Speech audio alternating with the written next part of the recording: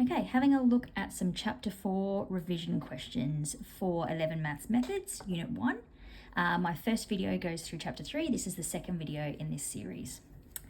The first question in this set has the coordinates of the turning point of the graph with the equation y equals x squared plus 4x plus 5r. So we want to get the turning point. When it's in this format rather than turning point form, we're using our negative b on 2a to get the x coordinate. Now here we've got our a is equal to 1 and our b is equal to 4. So we've got negative 4 being divided by 2 lots of 1, which is 2. So our x coordinate is going to be negative 2. We then need to sub that back into this equation to find out the y value. So y of negative 2 is going to be equal to negative 2 squared plus 4 lots of negative 2 plus 5.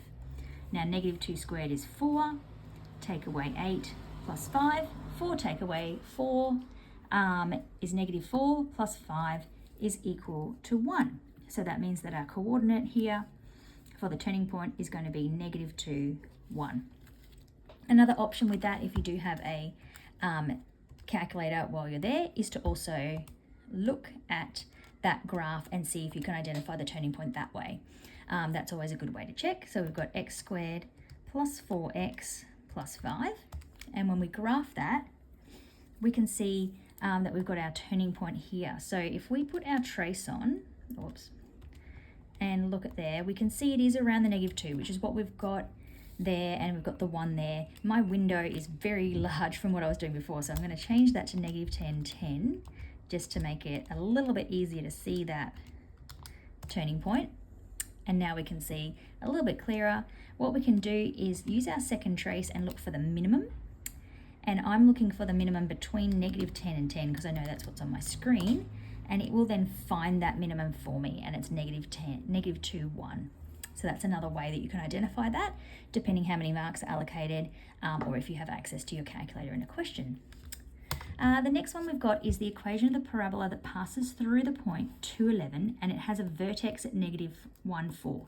That tells us we're going to use turning point form, where we've got y is equal to a outside of x minus h squared plus k, and we can put that turning point in.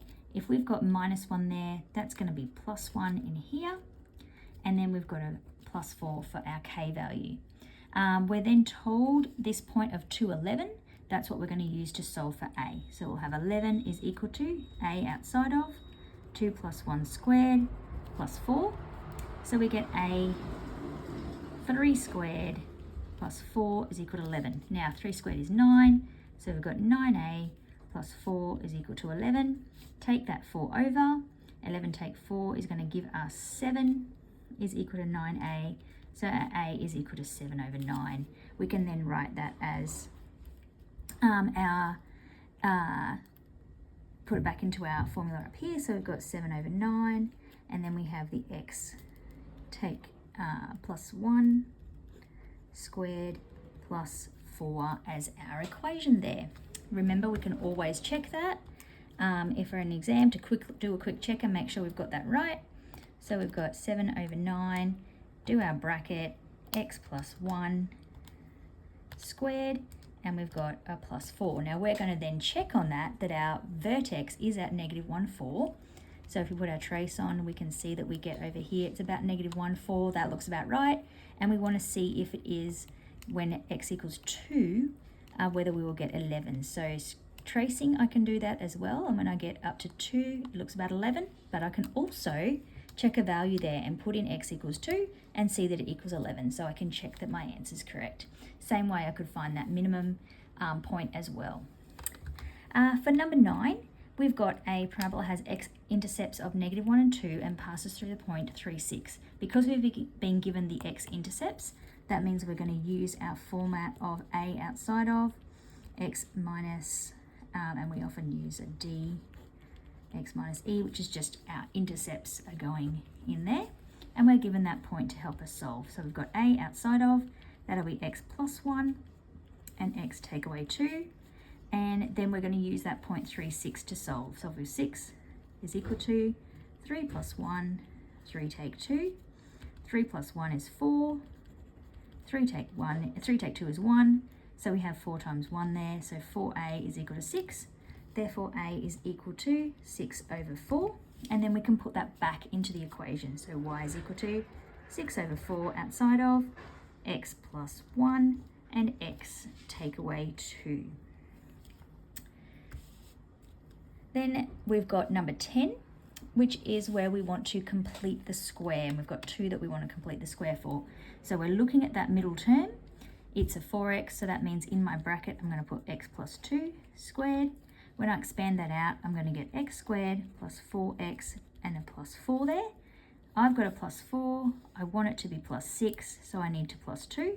So then when I've completed the square, will just be the x plus 2 squared plus 2. The next one has a 2 at the front there, so if we can factorize, that would be good. So we've got 2 outside of x squared plus 3x plus 1. So then we're going to do our completing the square, looking at that second term.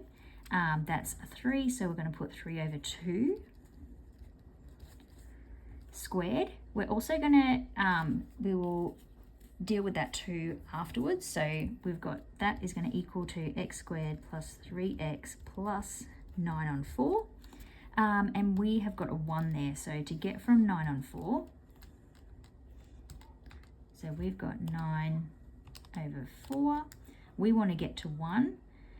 So if we do 1 take 9 on 4, we get take 5 on 4. So if we do 9 over 4 and we take 5 over 4, you'll see that it equals 1. So we want to take 5 on 4.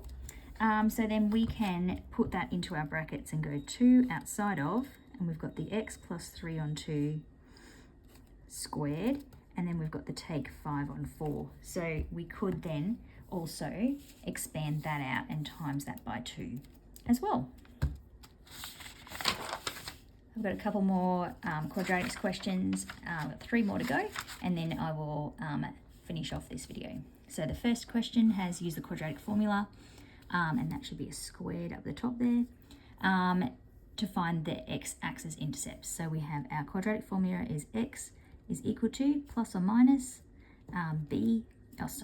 let's try again. X is equal to negative b plus or minus the square root of b squared minus 4ac over 2a. So in this case, our a is equal to 3, our b is equal to negative 11, and our c is equal to 10. So we're going to pop them in. So we've got 11 plus or minus the square root of 11 squared, take 4 times 3 times negative 10, positive 10, sorry, over 2 times 3. So we've got 11 plus or minus the square root of 121, take away 4 times 3 times 10 gives us 120 over 6. So we have 11 plus or minus the square root of 1 over 6. The square root of 1 is just 1. So we have 11 plus or minus 1 over 6. 11 plus 1 is equal to 12 on 6, or 11 take 1 is 10 on 6. So our answers are going to be 2, and we can leave that as 10 over 6, or we can reduce that to 5 on 3. Then we've got a question involving the equation for a height. And again, my little 2's gone down there.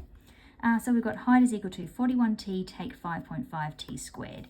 Determine the maximum height reached by the stone. Now, we will usually like to start by having a little look at the graph and getting an idea what it's going to look like. So we've got 41x take 5.5x squared. Now I'm going to have to change my window because I can see that my maximum is way up the top there, in between here somewhere. So if I change my maximum value here up to maybe 50, still haven't seen the top, so I'm going to make it go up to 100. And there's the top of my graph there. So if I put my trace on and go up to the top there, I can see that it's about 3.48 and it goes up to about 76. So we're trying to find this value here where it turns, because we want the maximum height reached by the stone. So like I've said before, you can do the maximum on your calculator. So we tell it to look between 0 and 10, and it will find that at 76.409. The other way that we can do that is the turning point of that graph, and we know that our turning point is equal to negative b onto a. In this case, we need to write this equation as negative 5.5x squared plus 41x. So our A is equal to negative 5.5 and our B is equal to 41. So we would have negative 41 over negative 5.5. When we work that out, we get 7.45. And then we would be substituting that back into the equation to find the height at that point. So we would be doing 41 being multiplied by 7.45. And then we've got 5.5 being multiplied by the 7.45 squared. And then we would be doing the 305, take away that 5.5 times the 7.45 squared to get that height, which does not quite come out the same as what we were looking for. I might have pressed a button wrong there. I'll have to double check that number. When we looked at the graph, we were looking for that 76. We got 3.78 there. So I'm going to go back and check what I got for my B value. So I've got my negative B. So that should be the negative 41 and divided by 2a. So that is where my error is at. So I needed to times that by 2. So let's try that again. So negative 5.5 times 2 gives me negative 11. So I want to put a negative 11 there. So my negative 41 divided by negative 11 gives me 3.727, which is what I saw on the graph. Then I'm going to substitute that into that equation, and to make it a little bit quicker for myself, I'm going to use my second trace value and just put that 3.727 in there and get it to work it out for me, which is at 76. If I popped it back in that equation, I would have the 41 times 3.727, and I've got the 5.5 times the 3.727 squared, and then I would have the answer here, take away that one, and I get that 76.4 that I saw on my graph. The next one says, what is the height of the stone when t equals 3? We're subbing in t into that formula. So if we've got our graph there, we can do the second trace 1, pop in the 3, and we get 73.5. The other one is determine the time it takes for the stone to return to the ground. Now we've already got that turning point 1. Because it starts at 0, we could just multiply that by 2. Our other option is to use our second trace and do the 0 and go between 1 and 10, because we know we don't want the 0, 0, 1. We want the time at the end, which is the 7.45, which should be the 2 times the 3.727. And then the next one is determine the first time at which the height of the stone is 60 meters. So we can pop in here a 60, and it will draw that line in, and then we can find the intersection points there. So we can do a second trace 5, and we can see that we've got that first time at x equals 2. Then we can move our cursor over to the other side and do that second trace 5, enter, enter, enter, and we get the next time is at 5.45. The last one that I want to look at for my quadratic is this one where we've got a car travels a distance of 1200 kilometers at a speed of a kilometers per hour. Now we know that speed is equal to distance over time. So we have a is equal to 1200 over t. Then we've got a train travels the same distance. So we know we've got the same d, which is the 1200. And it says that its speed is a minus 20 kilometers per hour. And if the train taken by the time is 5 hours more, we can do a t plus 5 there. So then we've got our speed is equal to distance over time for the train. We know the speed is a take away 20. We know that our distance is 1200, and we know that the time is t plus 5. So we can now solve for the a and the t using these two equations that we've got. So we have got so then we've got here, we can rearrange that to have our, we can substitute in the one over here to get for the t. I'm just trying to think of which is probably the easiest way to go about it, because it's going to be fairly tricky numbers there. I think I'm going to put my plus 20 over here.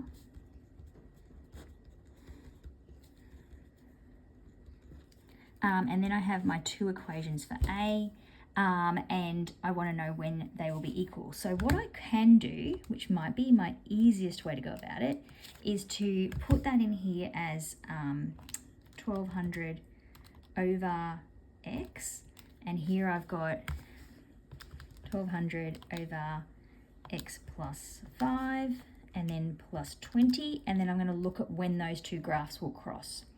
I'm probably going to have to change my window a fair bit because I'm going to need to have like the 1200 in there. So I'm going to have my, put a 1200 up here, see if I can see any of the graph yet. And here we go, we've got one graph there, there's the other one. We're looking for them to cross over here. So I need to change my x to go a bit further across. So we've got one there, we've got one there. Now we can see that intersection point. So we can use the second trace 5, and they intersect at x equals 15 and y equals 80. And so our x was our t, and our y was our a, which was the a was our speed of the first one. So that's what our one we were looking for. Hopefully that's helped you with your quadratics, and the next video we'll be looking at chapter 5 with our different types of functions.